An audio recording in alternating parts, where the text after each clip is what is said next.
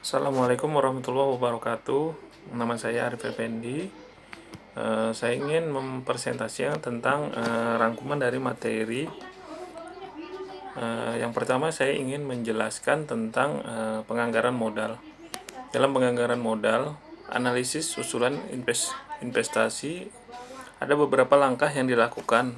Yang pertama, A. Menaksir aliran kas dari investasi tersebut. B. Menghitung biaya modal rata-rata tertimbang. C. Mengevaluasi investasi tersebut dengan kriteria investasi seperti payback period, NPV, PI, dan IRR. Kemudian yang D. Mengambil keputusan apakah investasi diterima atau tidak. Kemudian kriteria penilaian investasi antara lain A. Beberapa kriteria yang bisa dipakai untuk mengevaluasi rencana investasi. 1. Payback period. Yang kedua, diskon payback period. Kemudian yang ketiga, net present value. Yang keempat, profitability index. Kemudian yang kelima, internal rate of return. Kemudian payback period. Payback period adalah periode yang diperlukan untuk dapat menutup kembali cash outflow dengan cash inflow. Waktu yang diperlukan agar dana yang ditanam pada suatu investasi dapat diperoleh kembali seluruhnya. Semakin pendek jangka waktu kembalinya dana yang diinvestasikan, semakin baik suatu investasi. Kemudian rumus dari payback period sama dengan cash outflow dikali 1 tahun cash inflow. Kemudian lanjut kepada manajemen keuangan break-even point. Pengertian break-even point, suatu keadaan di mana dalam operasi perusahaan tidak memperoleh laba dan tidak mendekati rugi. Penghasilan sama dengan total biaya.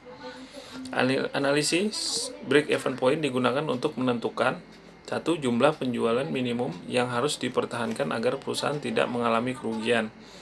Kedua, jumlah penjualan yang harus dicapai untuk memperoleh laba yang telah direncanakan. Yang ketiga, mengukur dan menjaga agar penjualan dan tingkat produksi tidak lebih kecil dari BEP.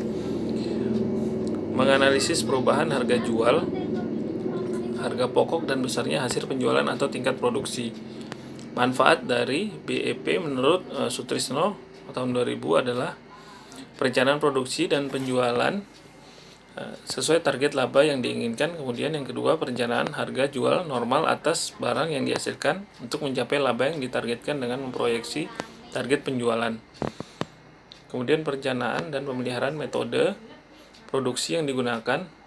Kemudian yang terakhir, penentuan titik tutup pabrik atau shutdown point, yaitu ketika penjualan tidak mampu menutup biaya variabel dan biaya tetap tunai. Kemudian saya lanjutkan terkait manajemen keuangan, analisis resiko. Arti penting analisis laporan keuangan. Yang pertama bagi pihak manajemen adalah untuk mengevaluasi kegiatan perusahaan, kompensasi pengembangan karir. Kemudian bagi pemegang saham adalah untuk mengetahui kinerja perusahaan, pendapatan, keamanan investasi. Kemudian bagi kreditor untuk mengetahui kemampuan perusahaan melunasi utang beserta bunganya. Bagi pemerintah, pajak, persetujuan untuk go public. Kemudian bagi karyawan sendiri, penghasilan yang memadai, kualitas hidup, keamanan kerja. Jenis laporan keuangan antara lain, ada banyak laporan keuangan yang dikeluarkan perusahaan, tetapi yang umum digunakan adalah yang pertama, laporan laba rugi, kemudian neraca, laporan perusahaan, perubahan laba ditahan, dan laporan arus kas. Jenis analisis resiko keuangan. Berdasarkan sumber analisis, rasio keuangan dapat dibedakan menjadi perbandingan internal atau time series analysis, membandingkan rasio-rasio finansial perubahan dari satu periode ke periode lainnya. Perbandingan eksternal, cross section approach, yaitu membandingkan rasio-rasio antara perusahaan satu dengan perusahaan yang lain yang sejenis pada saat bersamaan untuk membandingkan dengan rasio rata-rata industri pada saat yang sama. Kemudian saya lanjutkan manajemen keuangan, analisis leverage. Leverage digunakan untuk menggambarkan kemampuan perusahaan untuk menggunakan aktiva atau dana yang mempunyai beban tetap atau fixed cost asset of fund untuk memperbesar tingkat penghasilan return bagi pemilik perusahaan. Semakin besar tingkat leverage, berarti tingkat ketidakpastian, uncertainty, dan penghasilan yang akan diperoleh akan semakin tinggi pula.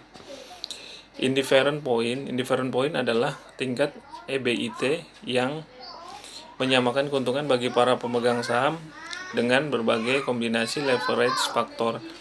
Indifference point digunakan untuk memilih alternatif sumber pendanaan, modal sendiri, atau pinjaman yang bisa meningkatkan keuntungan bagi para pemegang saham diukur dengan earning per share EPS atau return on equity ROE. Kemudian saya lanjut dengan tentang manajemen keuangan, manajemen modal kerja. Pengertian modal kerja dari James C. Van Harney tahun 1997 dalam Yudhistira 2008 menyatakan bahwa modal kerja bersih adalah aktiva lancar dikurangi kewajiban lancar, dan modal kerja kotor adalah investasi perubahan dalam aktiva lancar seperti kas, piutang, dan persediaan. Kemudian dari Rianto tahun 1995, modal kerja adalah investasi perusahaan dalam harta jangka pendek yaitu kas, surat berharga jangka pendek, piutang, persediaan. Secara umum modal kerja dapat berarti seluruh aktiva lancar. Kemudian saya lanjutkan dari Rianto tahun 1995, modal kerja adalah investasi perusahaan dalam harta jangka pendek yaitu kas, surat berharga jangka pendek, piutang, persediaan. Secara umum, modal kerja dapat berarti yang pertama seluruh aktiva lancar atau modal kerja kotor atau gross working capital, atau konsep kuantitatif B, aktiva lancar dikurangi utang lancar atau net working capital, atau konsep kualitatif C, keseluruhan dana yang diperlukan untuk menghasilkan laba tahun berjalan, function working capital, atau konsep fungsional. Kemudian konsep modal kerja, konsep kuantitatif. Konsep ini menitik beratkan pada kuantitas dana yang tertanam dalam unsur-unsur aktiva lancar. Aktiva ini merupakan aktiva sekali berputar kembali dalam bentuk semula, atau dana yang tertanam dalam aktiva akan dapat bebas lagi dalam jangka pendek. Kuantitatif, konsep kualitatif. Pada pengertian konsep ini, modal kerja dikaitkan dengan besarnya jumlah hutang lancar atau hutang yang segera harus dibayar. Kemudian konsep fungsional, konsep ini memiliki menitik beratkan pada fungsi dana dalam menghasilkan pendapatan. Kemudian penentuan besarnya modal kerja, antara lain besarnya modal kerja yang dibutuhkan satu perusahaan tergantung pada beberapa hal, yaitu besar kecilnya skala usaha perusahaan, aktivasi perusahaan, volume penjualan, perkembangan teknologi, kemudian sikap perusahaan dalam terhadap likuiditas dan profitabilitas, kemudian periode perputaran atau periode teriknya modal kerja, kemudian pengeluaran kas rata-rata setiap hari. Dan resiko mempunyai dua arti. Yang pertama, resiko bisnis atau resiko tidak dapat membayar biaya operasi perusahaan. Resiko keuangan adalah resiko yang tidak dapat membayar kewajiban tetap atau jatuh tempo dikaitkan dengan hutang, sewa, guna usaha, dan pembiayaan prefund. Yang dimaksud resiko ini adalah kemungkinan di mana perusahaan tidak mampu membayar hutang pada saat jatuh tempo yang disebut keadaan pailit. Keadaan pailit adalah menggambarkan perusahaan yang tidak mampu membayar hutang pada saat jatuh tempo. Kemudian saya lanjutkan tentang manajemen keuangan, term value of money. Definisi merupakan suatu konsep yang menyatakan bahwa nilai uang sekarang akan lebih berharga daripada nilai uang yang daripada nilai uang masa yang akan datang, atau suatu konsep yang mengacu pada perbedaan nilai uang yang disebabkan karena perbedaan waktu, dari Basri tahun 1989. Konsep term value of money itu nilai masa depan, kemudian nilai sekarang, kemudian atau net present value. Penjelasannya antara lain nilai uang yang di masa mendatang ditentukan oleh tingkat suku bunga tertentu yang berlaku di pasar keuangan. Makin tinggi tingkat bunga, makin tinggi nilai uang di masa mendatang. Kemudian nilai sekarang merupakan nilai saat proyeksi uang kas masuk ke kas masuk bersih di masa mendatang. Makin tinggi tingkat suku bunga, makin kecil nilai uang sekarang pada perencanaan penerimaan uang di masa depan. Kemudian net present value, selisih antara nilai sekarang dari penerimaan dengan nilai sekarang dari investasi disebut sebagai net present value. Kemudian saya ingin melanjutkan tentang manajemen keuangan atau capital budgeting. Capital budgeting, keseluruhan proses dapat dalam merencanakan dan mengambil keputusan mengenai pengeluaran dana jangka waktu pengambilan dana tersebut melebihi 1 tahun. Suratiyah 2006. Menurut Tandelilin 2001, tujuan investasi adalah untuk menghasilkan sejumlah uang untuk mendapatkan kehidupan yang lebih layak, baik di masa yang akan datang. Kemudian aspek penting dalam capital budgeting antara lain yang pertama, gunakan selalu cash flow. Kedua, berusaha untuk selalu think incrementally. Kemudian yang ketiga, perhitungkan opportunity cost. Yang keempat, sunk cost tidak masuk perhitungan. Yang kelima, konsekuensi dari proyek.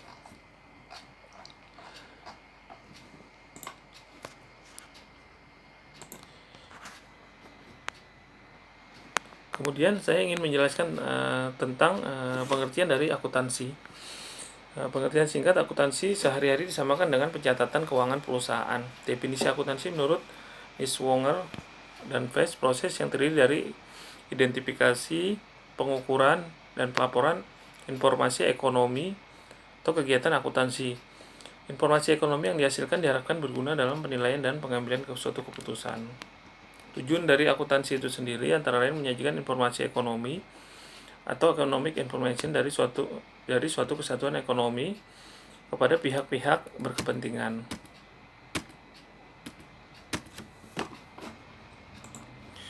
Kemudian saya lanjut ke materi jurnal dan posting. Jadi definisi dari jurnal adalah alat untuk mencatat transaksi perusahaan yang dilakukan secara kronologis berdasarkan urut waktu terjadinya dengan menunjukkan rekening yang harus di debit dan dikredit bersama jumlah rupiahnya masing-masing. Yusuf Al-Haryono 1992. Manfaatnya sendiri adalah yang pertama, alat pencatat dapat menggambarkan pos-pos yang terpengaruh oleh suatu transaksi. Kemudian yang kedua, pencatatan yang memberi gambaran secara kronologis. Yang ketiga, jurnal dapat dipecah-pecah menjadi beberapa jurnal khusus yang dikerjakan oleh beberapa orang secara bersamaan. Kemudian yang keempat, menyediakan ruang yang cukup untuk keterangan transaksi. Kemudian hal-hal yang perlu diingat dalam memindahkan ayat-ayat buku harian ke buku besar. Yang pertama antara lain, keperkiraan mana harus dibukukan. Dua, pada isi debit atau kredit dilakukan pembukuan. Yang ketiga, tanggal berapa pembukuan dilaksanakan, kemudian berapa jumlah uang yang dibukukan, dan bagaimana uraian pembukuan. Kemudian saya lanjut ke materi jurnal penyesuaian. Pengertian dari jurnal penyesuaian adalah dari Bambang Subroto 1984, proses mengubah perkiraan pada akhir periode akuntansi sehingga pembukuan dapat mencerminkan beberapa jumlah nilai aktiva dan hutang yang sebenarnya serta penghasilan dan ongkos yang seharusnya diakui periode tertentu.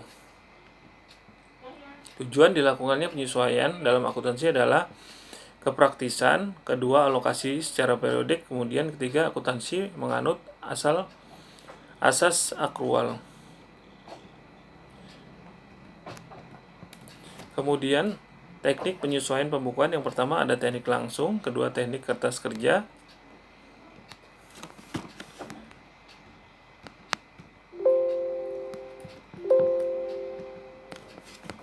kemudian saya lanjutkan pada materi neraca lajur. Jadi neraca lajur itu daftar kolom yang berisi data diperlukan pada saat perusahaan akan menyusun laporan-laporan keuangan secara sistematis.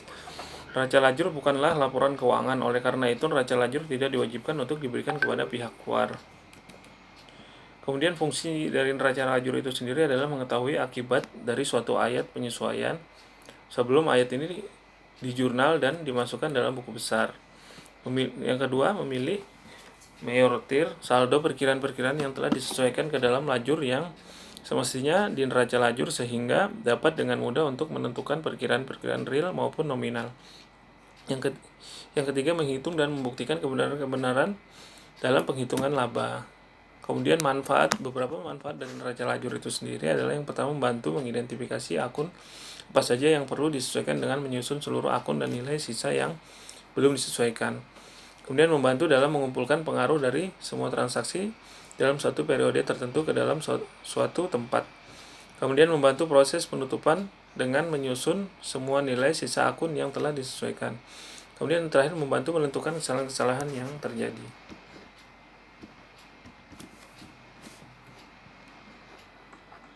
Kemudian prosedur yang harus dijalankan dalam menyusun neraca lajur 10 kolom ini sebagai berikut. Masukkan saldo-saldo rekening buku besar ke dalam kolom neraca saldo. Kemudian masukkan penyesuaian ke dalam kolom-kolom penyesuaian dan mengisi kolom-kolom neraca saldo setelah disesuaikan. Kemudian memindahkan jumlah-jumlah di dalam kolom-kolom neraca saldo setelah disesuaikan ke dalam kolom-kolom laba atau kolom-kolom neraca. Kemudian yang terakhir, menjumlahkan kolom-kolom rugi laba dan kolom-kolom neraca. Masukkan angka laba bersih sebagai angka pengimbang ke dalam kedua pasang kolom dan menjumlahkan kolom-kolom tersebut. Kemudian saya lanjut tentang jurnal penutup. Jadi jurnal penutup dilakukan dengan cara memindahkan saldo-saldo rekening penghasilan dan biaya rekening rugi laba dan kemudian menutup saldo rugi laba ke rekening modal perusahaan. Jurnal penutup perusahaan perseorangan, yang pertama memindahkan semua rekening nominal ke rekening rugi laba. Yang kedua, memindahkan saldo rekening rugi laba ke rekening pref pemilik. Untuk persekutuan diperinci pref masing-masing sekutu. Kemudian jumlah jurnal untuk memindahkan saldo rekening private ke rekening modal. Kemudian memindahkan semua rekening nominal ke laba rugi, dan terakhir memindahkan saldo rekening rugi laba ke rekening laba ditahan. Neraca saldo setelah tutup buku merupakan suatu daftar yang berisi saldo-saldo rekening buku besar setelah perusahaan melakukan penutupan buku. Dibuat untuk menguji keseimbangan antara saldo debit dan kredit dari rekening real setelah adanya penutupan buku.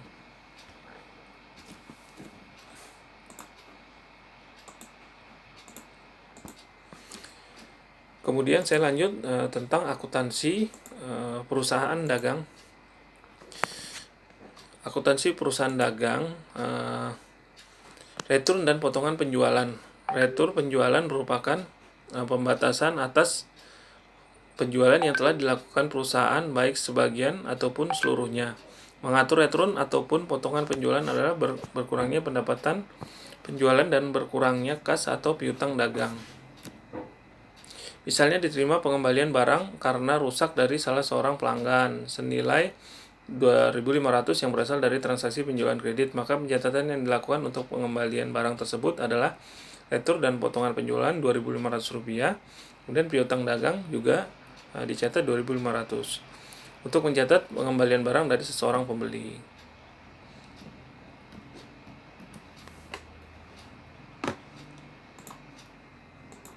Kemudian saya lanjut di materi manajemen keuangan, klasifikasi biaya. Definisi akuntansi biaya adalah proses mengidentifikasi, pencatatan, perhitungan, peringkasan, pengevaluasian dan pelaporan biaya pokok suatu produk baik barang maupun jasa dengan metode dan sistem tertentu sehingga pihak manajemen perusahaan dapat mengambil keputusan bisnis secara efektif dan efisien. Akuntansi biaya berguna untuk menghitung biaya suatu produk yang mengandung unsur bahan baku, upah langsung, dan overload pabrik, biaya fabrikasi, serta memutuskan pada akumulasi biaya, penilaian, persediaan, dan perhitungan, serta penetapan harga pokok suatu produk hanya menekankan pada sisi biaya. Akuntansi keuangan mengarah pada proses penyusunan laporan keuangan yang akan diberikan pada pemilik perusahaan. Sementara akuntansi manajemen menekankan pada penggunaan data akuntansi untuk mengambil keputusan bisnis, penekanan pada aspek pengendalian manajemen atas biaya.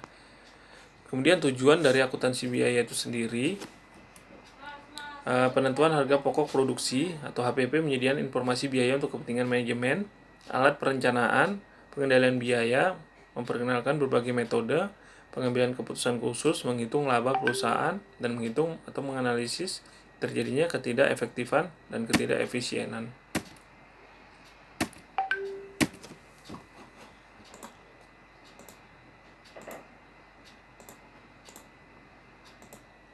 Kemudian saya lanjut ke perusahaan manajemen keuangan perusahaan manufakturing. Perbedaan pokok akuntansi untuk perusahaan dagang dengan akuntansi perusahaan manufakturing antara lain perusahaan pengolahan atau manufaktur, perusahaan yang mengolah bahan mentah, bahan baku menjadi bahan jadi. Operasi perusahaan manufaktur tidak sesederhana perusahaan dagang, karena perusahaan manufaktur membuat sendiri barang yang akan dijualnya. Dalam perusahaan manufaktur, penentuan harga pokok barang yang diproduksi dan harga pokok penjualan harus melalui beberapa tahapan yang lebih rumit. Elemen-elemen biaya produksi. Dalam proses produksi untuk menghasilkan suatu produk, perusahaan manufaktur biasanya mengeluarkan berbagai macam biaya. Biaya yang beraneka ragam tersebut dapat digolongkan menjadi 3 besar antara lain bahan langsung, tenaga kerja, overhead pabrik. Kemudian rekening khusus dalam perusahaan manufaktur, rekening pembelian bahan baku, rekening ikhtisar biaya produksi, rekening persediaan bahan baku, rekening persediaan barang dalam proses, rekening persediaan barang jadi. Kemudian laporan laba rugi perusahaan manufaktur. Laporan laba rugi dalam perusahaan manufaktur sama dengan laporan laba rugi pada perusahaan dagang. Dalam laporan laba rugi perusahaan manufaktur, pembelian diganti dengan harga pokok produksi atau HPP dan persediaan barang dagang diganti dengan persediaan barang jadi. Jurnal penutup. Jurnal penutup untuk perusahaan manufaktur berbeda dengan perusahaan dagang. Dalam perusahaan manufaktur, rekening harga pokok produksi digunakan untuk menutup semua rekening yang akan dilaporkan di skedul harga pokok produksi. Saldo rekening ini kemudian ditransfer ke rekening ikhtisar rugi laba. Kemudian saya lanjut pada materi return dan risiko investasi. Definisi dari return adalah keuntungan atau aliran kas bersih yang diperoleh dari suatu investasi. Kemudian return merupakan imbalan atas keberanian investor menanggung risiko atas investasi yang dilakukan. Jenis return, expected return yang diharapkan dari investasi yang dilakukan. Kemudian actual return. Kemudian return ini berguna sebagai dasar penentuan return ekspektasi dari risiko investasi di masa mendatang. Perhitungan return realisasi di sini menggunakan return total. Return total merupakan return keseluruhan dari suatu investasi dalam suatu periode tertentu. Komponen dari return itu sendiri, yang pertama capital gains atau loss, kemudian yang kedua yield pendapatan atau aliran kas yang diterima investor secara periodik, misalnya dividen atau bunga. Kemudian ada total return.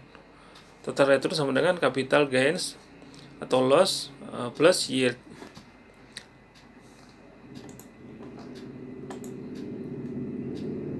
Kemudian expected return aset tunggal. Untuk menghitung return yang diharapkan dari suatu aset tunggal, kita perlu mengetahui distribusi probabilitas return aset bersangkutan, yaitu terdiri dari tingkat return yang memungkinkan terjadi, kemudian probability terjadinya tingkat return tersebut. Risiko dari investasi adalah peluang akan terjadinya suatu peristiwa yang tidak diinginkan. Risiko adalah kemungkinan bahwa return sesungguhnya dari suatu investasi akan tidak sesuai dengan return yang diharapkan. Risiko investasi adalah besarnya penyimpangan antara return ekspektasi dengan return aktual. Kemudian risiko investasi adalah kemungkinan untuk mendapatkan return aktual yang rendah atau negatif. Ukuran besaran risiko adalah varian dan standar deviasi. Semakin besar penyimpangan menunjukkan risiko yang semakin tinggi pula. Demikian materi yang saya sampaikan dari rangkuman materi. Terima kasih. Assalamualaikum warahmatullahi wabarakatuh.